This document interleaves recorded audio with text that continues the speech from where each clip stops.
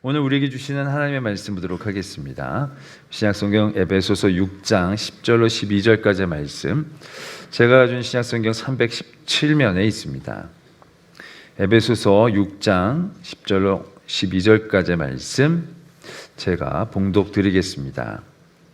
끝으로 너희가 주 안에서와 그 힘의 능력으로 강건하여지고 마귀의 관계를 능히 대적하기 위하여 하나님의 전신갑주를 입으라.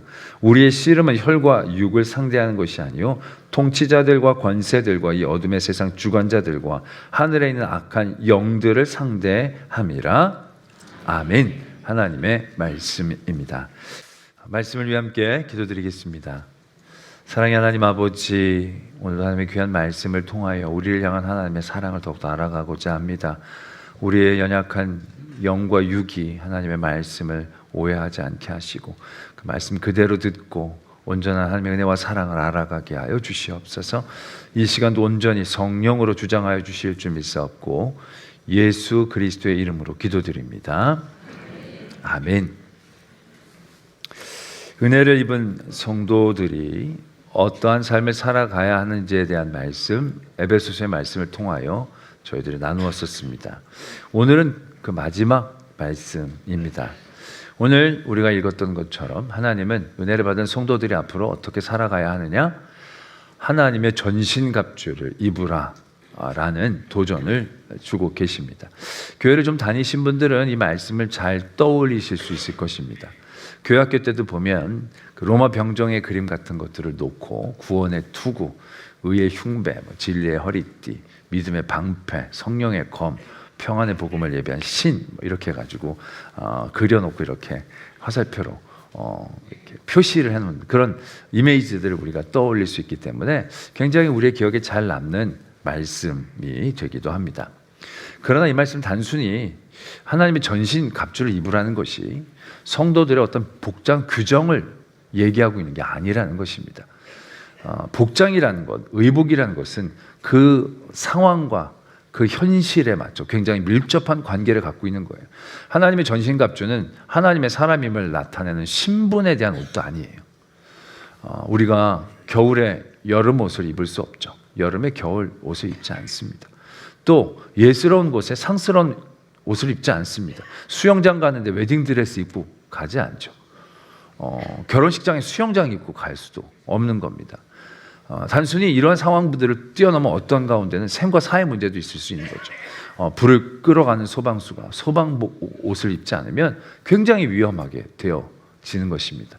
때문에 그 복장이라는 것은요, 그냥 자기가 입을 만한 아름다움의 표현, 어떤 신분에 대한 표현 이상의 의미를 갖고 있다는 얘기죠.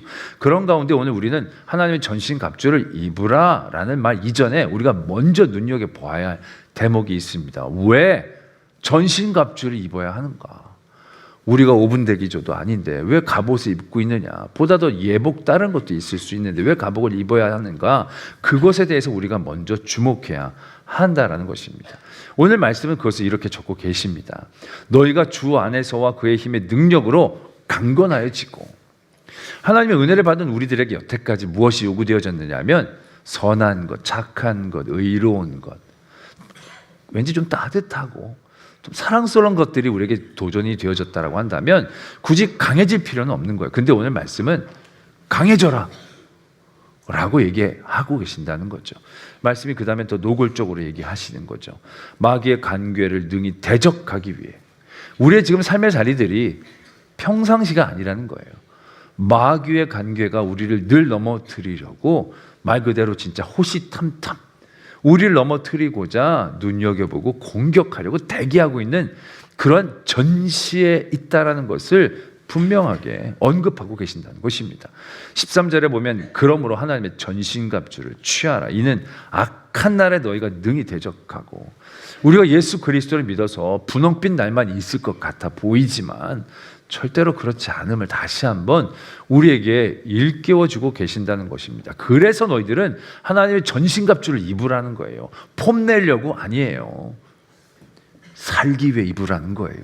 지금의 때는 평시가 아니라 전시라는 것을 우리에게 분명히 말씀하고 계신다라는 것입니다. 우리가 그동안에 여러 은혜를 받고 믿음을 가진 우리들이 어떻게 살아가야 하는지의 말씀을 우리가 전했을 때는 왠지 달리기로 따지자면 이렇게 마라톤 같은 느낌이었을 겁니다. 내가 더 열심히 하면 되고, 내가 더 깨어 있으면 되고, 내가 더 성실하게 하면 되고, 그래서 열심히 이 마라톤을 나의 경주, 나만의 어떤 싸움으로 싸워나가면 되는 것처럼 인식하고 생각할 수도 있었겠지만, 이제 그림이 완전히 바뀌는 겁니다. 이거는 마라톤이 아니에요. 이거는 밀림에서 내 뒤에 하이에나와 사자들이 쫓아오는데 살기 위해서 열심히 뛰어야 되는 그런 다름박질로 그림이, 장면이 바뀌고 있는 것을 의미한다라는 것입니다. 그럼 우리들이 생각하기에 이렇게 생각할 수도 있습니다. 이미 그런 때 우리 다 지나갔습니다. 그건 믿음의 초기 때나 그랬지, 이제 믿음의 30년, 40년, 이젠 큰 믿음의 미혹됨도 없고 정말로 꾸준하게 믿음 잘 지키고 있기 때문에 이제는 전시 상태 정도는 아니라고 생각을 합니다. 내 삶에 그렇게 아주 민감하고 예민한 싸움이 있을 것 같지도 않고요 라고 생각할 수도 있을 것입니다. 그런데 여러분, 오늘 이 말씀은 그런 아니라면서 우리가 깨어있기를 도전하고 계신다는 겁니다. 예수님이 하나님의 성령을 받으시고 40일 동안 이제 공생애를 시작하시기 전에 40일 동안 광야에서 금식하며 기도하십니다. 40일 동안 금식을 마치시고 나오실 때 어떤 일들이 벌어졌는지 아십니까? 사탄이 예수님을 시험하기 시작한 거예요. 여러분, 지금 그냥 평시도 아니고 예수님이 어떤 쉬고 계셨을 때도 아니고 예수님이 40일 동안 금식하며 기도하셨다는 건 하나님에게 간절히 집중했던 시기고요. 영적 레벨로 따지자면 굉장히 최고조의 영적 상태가 되어 있을 만한 그러한 때입니다. 다른 시험과 위협 때문에 있을 때가 아니라 완전히 기도함으로 집중해서 예수님의 말하자면 전투력이 한껏 올라와 있는 그 시점인데 사탄은 그때도 예수님을 시험하고 있었다는 얘기예요. 다른 사람도 아니고 예수님이 40일 기도한 건데 그때 시험하고 있었다는 거예요. 그때도 예수님을 천천히 바라보면서 틈을 끊임없이 참고 있는 거죠. 40일 동안 안 드셨으니까 배가 고프시겠네. 먹을거리를 한번 시험해 볼 수 있지 않겠나. 또 40일 동안 하나님 앞에 온전히 기도했으니까 영적으로 충만한 상태임과 동시에 약간 영적으로 교만해진 상태도 되지 않았을까. 그런 틈을 끊임없이 노리며 흔들고 있다는 사실, 우리는 그걸 주목해야 한다라는 것입니다. 여러분들의 영적인 레벨이 어느 정도 되는지 모르겠지만 40년, 50년, 60년 믿었다고 사탄이 건드리지 않는 거 아니다라는 얘기입니다. 가장 영적으로 충만한 그때에도, 가장 시험이 없을 것 같은 그때에도 사탄은 시험을 건다는 거예요. 전쟁을 건다는 거예요. 싸움을 건다는 거예요. 그것이 예수님의 시험 40일 금식 이후에 있다는 겁니다. 여러분들이 안전한 시간대가 어디 있습니까? 사탄과의 싸움 가운데서 안전한 시간대 어떤 시간입니까? 여러분, 잠자는 때는 별 일이 없지 않겠습니까? 아니요, 잠자는 때도요, 여러분 시험에 듭니다. 저도 잠자다가 그런 경우 있어요. 꿈에 어떤 교인이 나를 한참 괴롭히는 거예요. 그럼 어떤 일들이 벌어진 줄 아십니까? 그 다음날 아침에 일어나서 시험에 들어요. 꿈꾼 건데도 나를 힘들게 한 교인이 좋지 않게 생각되어질 때가 있는 거예요. 여러분 깨어 기도하셔야 됩니다. 제 꿈에 나타나지 않도록. 이게 잔다고 안전할 때가 아니에요. 잘 때도 시험 들 때가 얼마나 많아요. 여러분들 갑자기 아내가 자다가 벌떡 일어나더니 막 신경질 내고 그런 때 없어요? 왜 그러냐면 꿈속에서 당신이 막 나한테 뭐라 그러지 않았냐고. 잠들 때가 안전할 때가 아니라는 거예요. 안전할 때는 없어요. 사탄은 anytime이에요. anytime이에요. 그러면 안전한 곳은 있을까요? 인류의 역사상 가장 결핍이 없고 부족이 없고 가장 완벽한 삶의 상태를 가졌던 곳을 얘기한다라고 한다면 에덴 동산을 얘기할 수 있을 거예요. 에덴 동산은 부족함이 없어요. 결핍이 없어요. 진짜 여호와가 나의 목자이시니 늘 찬양하면서 살 수 있는 그런 완벽한 삶의 상태, 에덴 동산이에요. 시험과 미혹이 전혀 없을 것 같은 그곳, 우린 잘 알고 있지 않습니까? 그곳에도 사탄이 있었다라는 얘기예요. 그곳에서도 뱀이 끊임없이 그가 누리는 그 풍요를 뚫고 들어와 풍요 가운데 덜 풍요한 것들을 바라보면서 그에게 싸움을 걸고 전쟁을 걸고 있다는 사실들을 우리는 분명히 알고 있다는 얘기죠. 여러분들의 삶의 자리에서 사탄과 전쟁을 치르지 않은 안전한 장소가 어디 있다라고 생각하십니까? 교회요? 교회가 사탄이 침투하지 못하는 완벽한 장소라고 생각하십니까? 아닙니다. 교회에 더 사탄이 난리를 치면서 들어오는 거예요. 믿음의 사람들을 더 흔들려고 교회에 사탄이 더 많기 때문에 교회라고 안심해서는 안 된다는 거예요. 교회에서는 사탄이 없겠지, 이건 시험이 아니겠지 라고 생각하면 안 된다는 거예요. Anywhere. 장소를 가리지 않아요. 여러분들의 가정은 절대로 사탄이 시험 들지 않게 하는 그런 곳이 됩니까? 아니라는 거 잘 알잖아요. 가정이 가장 행복한 천국임과 동시에 가장 처절한 지옥이 되기도 한다는 것 너무나도 잘 알고 계실 겁니다. 사단은 장소를 가리지 않아요. 우리가 평안하고 좋은 곳에 있다고 가만히 두는 게 아니라는 사실을 우린 분명히 깨달으셔야 된다는 거예요. 에덴 동산도 뚫렸어요. 우리에게 뚫리지 못할 곳은 없다라는 것입니다. 그렇다면 우리가 시험에 들지 않게 한 사단에게 이용되지 않을 정말로 신뢰하고 믿을 만한 사람이 있습니까? 아니라는. 사단은 모든 사람들을 통해 전쟁을 걸어오는 거예요. 아담이 누구한테 시험 들었어요? 하와한테 든 거예요. 예수님을 누가 팔았어요? 예수님 싫어하는 사람이 판 게 아니에요. 예수님과 몸처럼 함께 다니던 12명의 제자 중에 한 사람이 예수를 배반하고 팔았다는 사실입니다. 여러분들을 가장 가슴 아프게 하는 사람들이 어떻게 보면 가장 가까이 있는 사람들일 때가 대부분이지 않습니까? 가장 신뢰하고 가장 믿고 가장 평안하고 만세반석 같은 그런 관계들 가운데에서 가장 심각하고 가장 괴로운 고통들을 겪곤 하지 않습니까? Anyone. 사단은 사람을 가리지 않습니다. 장소를 가리지 않아요. 시간을 가리지 않아요. 그런데 지금 여러분들의 삶의 자리가 전쟁터가 아니라고 얘기할 수 있냐라는 거예요.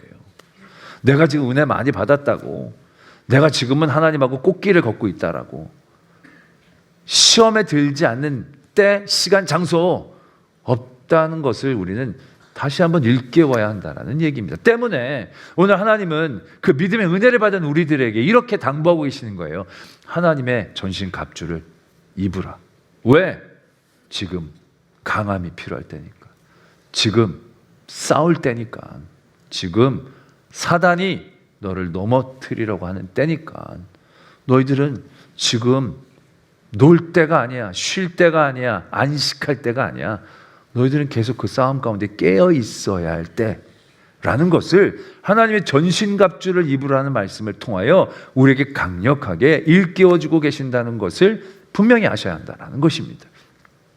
또한 이 전신갑주를 입으라라고 하시면서 이 싸움의 분명한 초점을 우리에게 가르쳐주고 계십니다.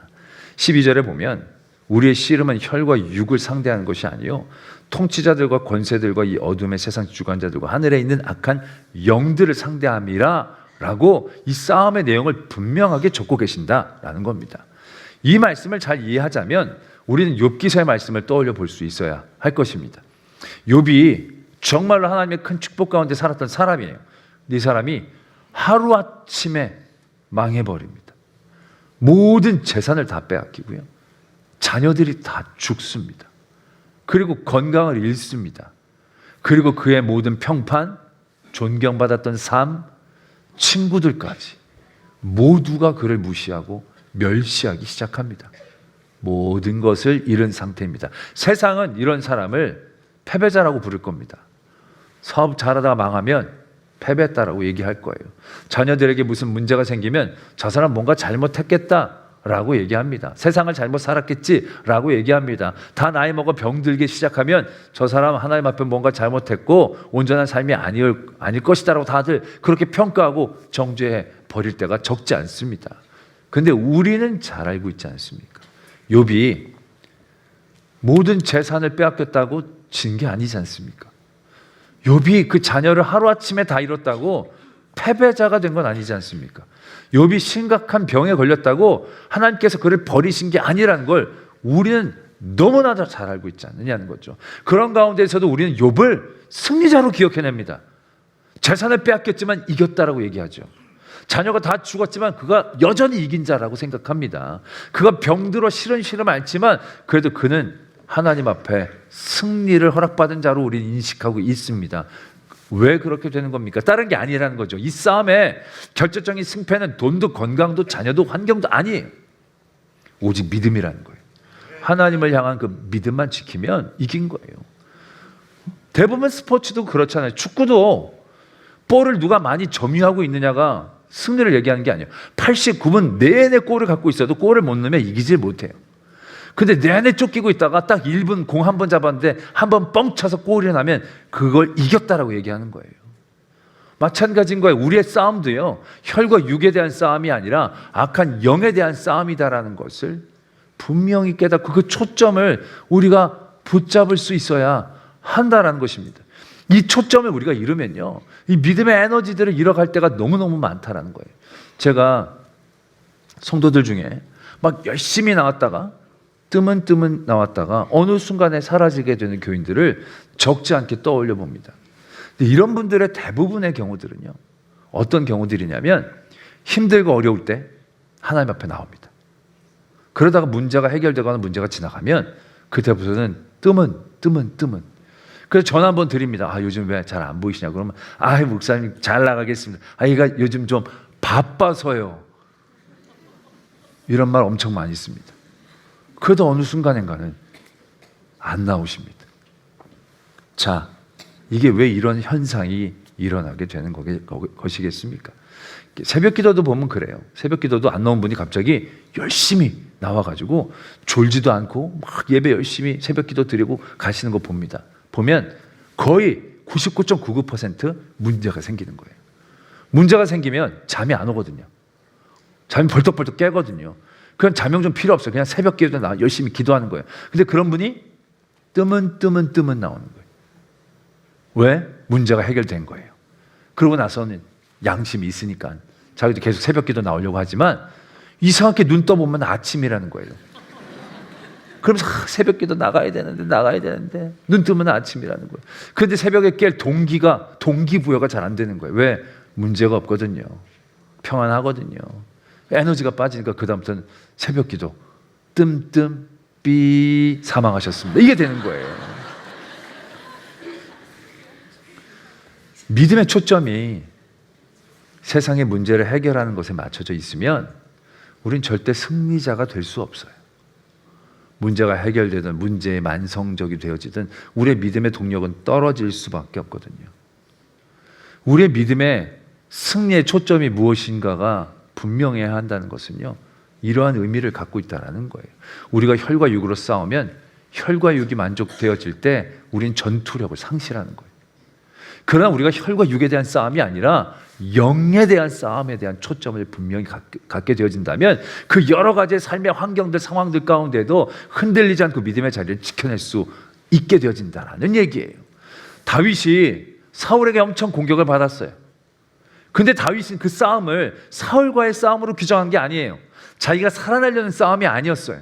이런 가운데서도 하나님을 잘 믿는 싸움을 싸우려고 했다는 거죠. 요셉이 종으로 팔려가면서 자유인이 되려고 싸운 게 아니에요. 요셉은 그 모든 상황 가운데서도 하나님 앞에 바르게 사는 싸움을 싸운 거예요. 그들이 나중에 총리가 되고 왕이 되지 않았다 할지라도 그들의 그러한 싸움의 초점이 분명했기 때문에 그들은 결국은 승리자로 기억되었을 것입니다. 다니엘과 세 친구들 바벨론 가서 승승장구하고 승진했어요. 그렇지만 그들이 나라를 독립시킨 건 아니에요. 거기서 뭐 특별하게 하나님 뭐 한 건 아니에요. 그러나 우리가 다니엘이 실패했다라고 얘기하지 않아요. 왜? 다니엘은 독립을 위해 싸운 거 아니에요. 다니엘은 그곳에서도 하나님에 대한 믿음을 지키려고 싸웠다라는 거예요. 그 초점을 잃지 않고 있었을 때 다니엘은 하나님 앞에 모든 우리 믿음의 후배들 앞에 승리자로 기억되어졌다는 사실들을 우리가 분명히 기억해야 한다는 것입니다. 그러나 우리가 지금 영적인 싸움을 싸운다, 열심으로 기도하고 하나님 앞에 간절히 메어 달린다라고 했을 때 그 초점이 무엇에 맞춰져 있느냐라는 얘기죠. 우리가 눈이 말씀을 드리지만 무엇 때문에 믿습니까? 돈 벌려고 믿는 건 아니잖아요. 건강해지려고 믿는 게 아니잖아요. 돈은 있다가도 없고 건강도 있다가도 없는 거. 우리가 믿음은 영생이잖아요. 하나님의 나라에 들어가는 것이잖아요. 이 과정들에 대하여 우리는 별로 마음이 쓰여지지 않아야 된다는 거예요. 돈을 번다고 이긴 것도, 돈을 잃었다고 진 것도 아니에요. 자녀들이 잘 됐다고 내가 잘 믿는 것도 아니고, 자녀들이 못했다고 내가 못 믿는 것도 아니에요. 그건 내 믿음의 승패와 별로 큰 관계가 없을 수도 있어요. 중요한 건 그런 상황들 가운데에서도 내가 무엇을 위해 싸워야 되는지에 대한 분명한 초점들, 그 초점을 갖고 있는 것이 정말로 중요하고 필요하다는 거예요. 그래서 오늘 하나님은 전신갑주를 너희들이 취해야 되는데, 이건 혈과 육에 대한 싸움이 아니야. 더 건강하고 더 부자고 더 성공하기 위한 싸움이 아니라 악한 영들과의 싸움이라는 초점을 분명히 가져야 된다는 것을 우리에게 말씀하고 계신다는 거죠. 그러고 나면 전신갑주에 대한 모든 내용들이 어떻게 보면 우리가 지켜야 할 그 한 가지 한 가지로 다시금 우리에게 보여지기 시작한다는 거예요.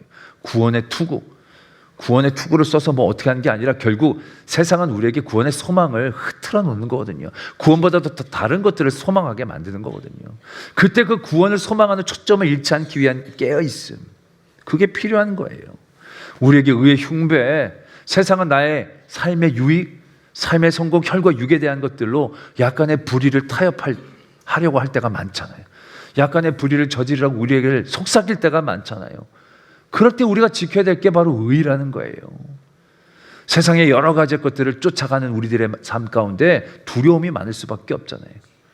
그걸 내려놓고 복음을 갖고 평안으로 그 평안을 지켜내라라는 거예요. 하나님의 말씀으로 우리가 세상을 향하여 나갈 수 있도록 세상의 권력이나 돈이나 내 지위로 뭔가를 하는 게 아니고 하나님의 말씀으로 뭔가를 하려는 생각을 가지라는 거예요. 우리는 방패, 여러 가지 삶의 자리에서 방패를 뭘로 삼아요? 물질로. 내 어떤 노후 계획이나 세상에 있는 것들이 내 삶을 보호해 준다라고 생각하지만, 그래서 믿음 대신 그러한 것들로 내 삶에 쌓아가려고 우리를 하지만 우리의 싸움은 결국 그 믿음의 방패를 지켜내는 싸움을 싸워야 한다라는 것을 분명하게 깨닫게 해 주고 계신다는 것입니다. 자, 그렇게 바라본다면 오늘 우리에게 하나님의 전신갑주를 입으라고 하는데, 취하라고 하는데, 하나님의 전신갑주를 입는다는 건 무엇을 의미하는 것일까요? 실제적으로 내가 구원의 투구를 쓴다? 무엇을 의미하는 것일까요? 내가 의의 흉배를 입는다는 건 어떤 행위를 해야 내가 의의 흉배를 입는다라고 얘기할까요? 우리는 이렇게 생각을 하죠. 우리가 의를 행하면 의의 흉배를 입는 것 아니겠느냐? 우리가 진리를 붙잡으면 띠를 잘 띠는 건 아니겠느냐? 우리가 늘 구원을 확신하고 구원을 믿으면 구원의 투구를 쓴 것이 아니겠느냐라고 생각하겠죠. 그럼 성령의 검, 하나님의 말씀은 내가 하나님의 말씀을 많이 읽고 많이 익히고 하나님의 말씀을 많이 붙잡으면 내가 검에 가는 것이 아니겠느냐라고 생각하게 되어질 것입니다. 그러나 우리의 싸움은 혈과 육이 아니고 악한 영들에 대한 싸움이라고 했는데, 내가 성경을 많이 읽으면 악한 영들을 우리가 물리칠 수 있을까요? 내가 의를 행하면 내 의가 악한 영들을 쫓아낼 수 있을까요? 내가 구원을 확신하면 악한 영들이 다시는 나를 넘보지 않을까요? 말 좀 해보세요.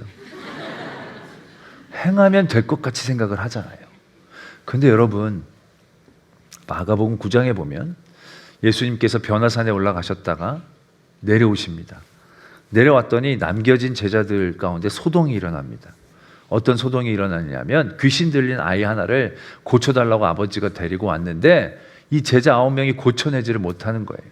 근데 이 제자들은 전에 예수님이 둘씩 전도 여행을 보냈을 때 병자도 고치고 귀신도 쫓아내는 경험이 있었거든요. 그러니까 자기네들 9명이면 충분히 귀신 하나, 이 어린아이에 든 귀신 쫓아낼 수 있을 줄 알았던 거예요. 근데 택도 없는 거예요. 결국 예수님이 오셔서 그 귀신을 꾸짖어 내어 쫓으십니다. 그러니까 제자들이 이제 질문이 생기는 거죠. 왜 지난번에 됐는데 이번에 안 되는 거지? 왜 우리는 할 수 없었습니까? 예수님에게 묻습니다. 그때 예수님이 이렇게 말씀하십니다. 기도 외에 다른 것으로는 이런 종류가 나아갈 수가 없느니라. 기도 외에는 다른 것으로는 이런 종류가 나아갈 수가 없다라는 거예요. 우리가 진리를 많이 행하고 의를 행하고 말씀을 많이 읽고 구원의 확신을 가지고 악한 영들을 내어 쫓을 수 있을 거라고 생각하십니까? 아닙니다. 우리는 쫓을 수 없습니다. 기도 외에는 이런 유를 쫓아낼 수가 없는 거예요. 그래서 오늘 말씀에도 보면 10절에 보면 너희가 주 안에서와 그의 힘의 능력으로 강건하여지고, 우리가 막 혼자 막 열심히 훈련하고 행해가지고 강해지는 게 아니라는 거예요. 예수 그리스도 안에서 그의 힘의 강건함을 힘입어 강해지는 겁니다. 우리의 강함이 아니라 그리스도의 강함이 있어야 우리가 비로소 악한 영들과 싸워 이길 수가 있는 겁니다. 내 힘으로는 절대 못 이깁니다. 내 의로, 내 진리로, 내 지식으로, 내 성경적 지식 절대 못 이깁니다. 기도하지 않으면 이 모든 것들이 의미가 없어진다라는 얘기예요. 이 모든 것들이 기도함으로 그리스도 안에 그의 능력을 힘입어야 가능한 겁니다. 그래서 18절에도 보면 모든 기도와 간구를 하되 항상 성령 안에 기도하고 이를 위해 깨어 구하기를 항상 힘쓰며 여러 성도를 위하여 구하라. 18절 한 절 말씀에 기도와 간구 얼마나 많이 우리에게 강조되고 있는지를 바라볼 수 있어야 한다는 것입니다. 은혜 받은 성도들이 이제 어떻게 살아야 합니까? 단 한마디로 얘기하자면 기도해야 산다라는 것을 우리에게 가르쳐주고 계신다는 거예요. 모든 선행과 모든 의로움과 모든 하나님 앞에서 기쁨이 되는 모든 행위일지라도 그 모든 것들이 기도를 통하여 예수 그리스도 안에서 이루어지지 않으면 안 된다는 거예요. 우리가 아까도 우리가 전시라고, 지금 평상시가 아니라고 전시라고 깨어 전신갑주를 입고 늘 우리를 물어뜯으려는 사자, 우는 사자와 같은 사탄에 대해서 경계해야 된다라고 말씀을 드렸더니 다들 표정이 어두워, 긴장이 돼. 왜? 이게 믿음은 평안하고 행복한 줄 알았더니 완전히 싸움판이네 라고 생각할 수가 있을 거예요. 맞아요. 이게 우리가 그냥 싸우면 싸움판이 되는 거예요. 그런데 우리가 기도하면 얘기가 달라지는 거예요. 우는 사자들처럼 사탄이 있고 우리는 전시에 있지만 우리의 기도는요, 우리의 모든 것을 하나님에게로 향하는 거예요. 우리가 기도함으로 나아갈 때 옆에 모든 위협과 옆에 모든 공격 안에서 우리는 평안을 누릴 수 있는 거예요. 천만인이 나를 대적해도 내가 그리스도 앞에 기도로 깨어 있으면 평안히 잘 수 있는 거예요. 그래서 하나님은 우리에게 기도를 원하고 계시는 거예요. 기도를 하게 하시는 거고요. 그 기도를 해야 우리가 전시지만, 싸우지만 피 흘리고 고통하며 긴장하면서 싸우는 게 아니라 감사하며 찬송함으로 기뻐하며 싸워나갈 수 있는 그 길이 여기에 있기 때문에 오늘 하나님은 우리에게 이렇게 말씀하고 계신다는 얘기예요. 우리가 솔직히 성도들에게 기도가 중요하다는 얘기를 얼마나 귀에 못이 박이도록 들어갑니까? 그게 왜 그렇게 계속 얘기하는 줄 아세요? 죽어라고 안 하기 때문에 그래요. 여러분들이 죽어라고 안 하니까. 그러니까 계속 기도하라고 당부하시는 거예요. 왜? 기도가 우리의 능력이에요. 기도가 우리의 지혜예요. 우리의 막 진리로 어떻게 하면 내가 다 소용없어요. 기도하지 않으면 그것들이 의미가 없어요. 성경 아무리 많이 읽어도 기도하지 않으면 그것이 하나님의 능력을 힘입지를 못하는 거예요. 뭘 많이 배웠다고 되는 게 아니고요, 많이 기도해야 된다라는 거예요. 여러분들 솔직히 얼마나 기도하세요? 밥 먹는 시간보다 더 많이 기도하세요? 잠자는 시간보다 더 많이, 이건 바라지도 않아. 핸드폰 보는 시간보다는 길게 기도해야 가한 줄 알아요. 아멘. 왜 저쪽 뒤편은 아멘 안 하세요? 오늘 하나님은 우리에게 은혜의 길을 알려주셔요. 우리가 진리, 의, 어떻게 우리가 다 완벽하게 해내요? 근데 기도하라고 얘기하세요. 그 기도할 때 그 초점을 거기에 맞추며 기도하라는 거예요. 내가 진리를 행할 수 있도록, 의를 행할 수 있도록, 구원의 확신을 갖도록, 믿음으로 늘 든든하게 설 수 있도록, 하나님의 말씀이 나를 지켜줄 수 있도록, 그것을 위해 기도할 때 전쟁터이지만 하나님이 주신 평안함 가운데 진정한 승리자의 자리에 서게 해주실 줄로 믿습니다. 오늘 이 기도의 도전들 여러분들 정말 흘려듣지 마시고 모든 삶의 자리에서 기도와 간구에 힘쓰시며 주신 은혜를 온전히 누리고 영적 전쟁에서도 승리하는 저와 여러분들이 되어지기를 축원합니다. 기도하겠습니다.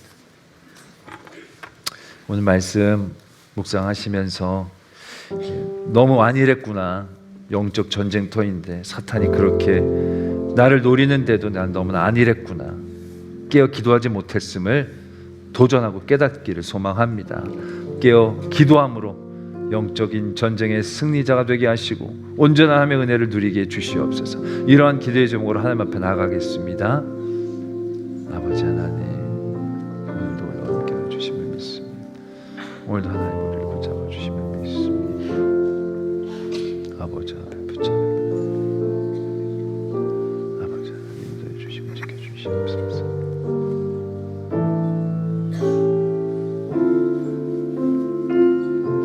사랑의 하나님 아버지, 우리에게 기도하라 하신 그 은혜의 말씀을 듣습니다.